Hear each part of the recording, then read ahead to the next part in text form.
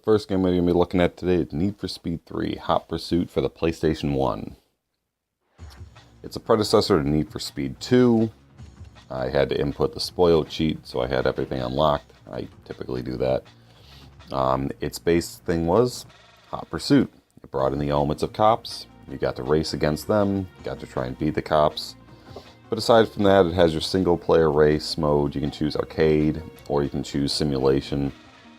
Two settings mode, expert and beginner. Not much of a choice there. And then you have your race modes. Then you have your single race. Obviously, you have your Hot Pursuit race.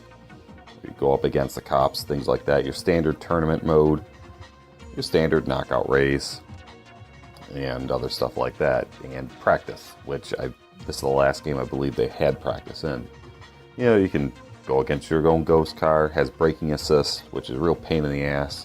Then it has traction assist, which isn't bad. Best line, kind of showing you where the best line to go. And then some guy telling you where every corner is, almost like a rally guy. Right here, easy left, easy right, etc. Then aside from that, the menus, I don't know why this is taking forever. There we go. It's got your basic 2, 4, 8 laps, direction forward, backward, mirrored, night driving, weather, on, off, random. Then you have your cars. We're just going to speed things up here to get through here. You have traffic that you can put on none, medium, maximum. Number of one car. You can choose a Corvette, Countach, Ferrari, Jaguar, Lamborghini, Mercedes. We're going to go up against Ferrari here. And we can compare the stats. I chose a Lamborghini, of course, my favorite car. And basically, my Lamborghini outperforms this car tenfold. Should be able to beat him without a hitch. Then we continue the race. There we are. Need for Speed loading screen. That screen was pretty much useless. I don't know why they ever put that in there. But you get a nice picture of your Lamborghini, and then you get a nice, beautiful look at the hometown track. Nice little picture in the background. Nothing too fancy. Man, those PlayStation loading screens, what can I say? They take forever. Here we are. Alright, as you can see, starting off with the race.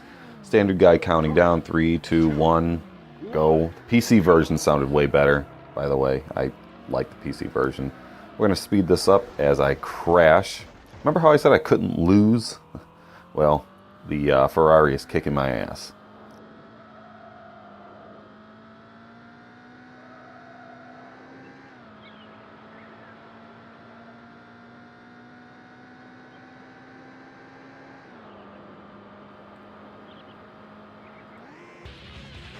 Here's my stats.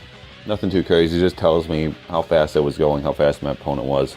What I'm going to show you is the hidden tracks, which are only available through the PlayStation 1. You basically had to enter in a username. First tracks is the room. It's kind of like a child's toy room. Just kind of a quick introduction, but they only allow you and you alone. No racing against an opponent, no hot pursuit, no nothing. So, I mean, it's fun to a point, but this is a little nested crunch bar. But, you really can't do anything much other than just kind of race against yourself and beat your best time. Because it really doesn't save anything for these bonus tracks. They're just bonus tracks. They're just in there for your pleasure. No multiplayer, nothing. It was just meant to be a one-person experience. Aside from that, it's your standards, slot car racing, we get it. Haha. Everything's kind of built up like you're in a child's room. I don't know why it's called the room. Should have been called playroom, but whatever. The next track, that was coming up somewhere around here. There it is. Caverns. This track was hard as balls. I mean, this track sucked. I hated it playing it 15 years ago, and I still hate it now. First thing I do is you start off and you have to avoid a pillar. And then as soon as you keep going, you can't see the next pillar, so you naturally slam into it.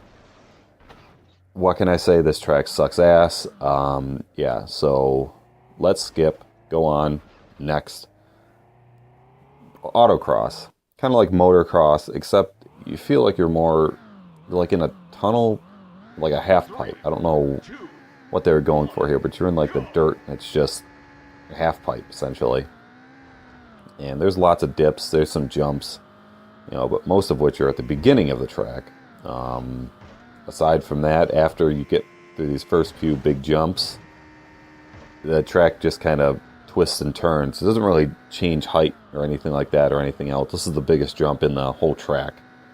Boom. What else to say? Aside from that, it's mediocre. It's probably the easiest one out of all the hidden tracks to at least race in. Space Race. This one wasn't bad. It's kind of your alien space simulator track, whatever. See how the Christmas tree in the background even lights up differently as it's changing colors.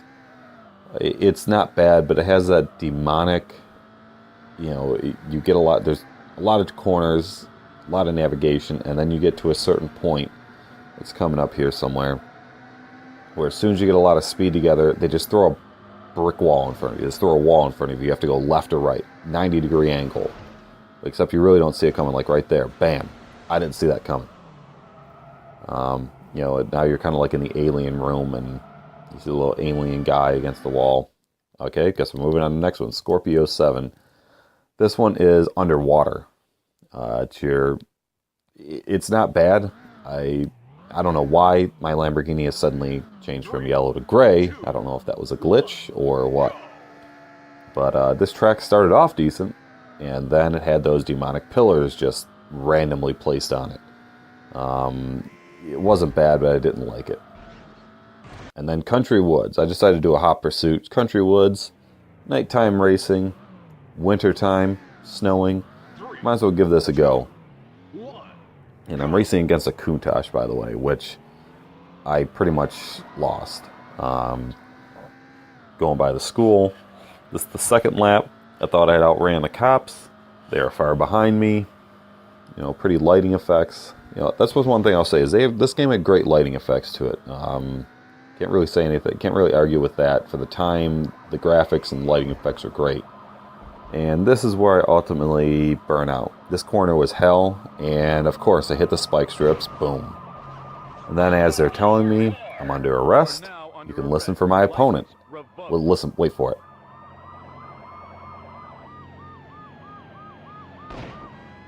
Arrested too. So that's pretty much going to wrap this video up. Just kind of showing you what Need for Speed was. Need for Speed 3, that is. Wasn't a bad game, and we'll see you next time.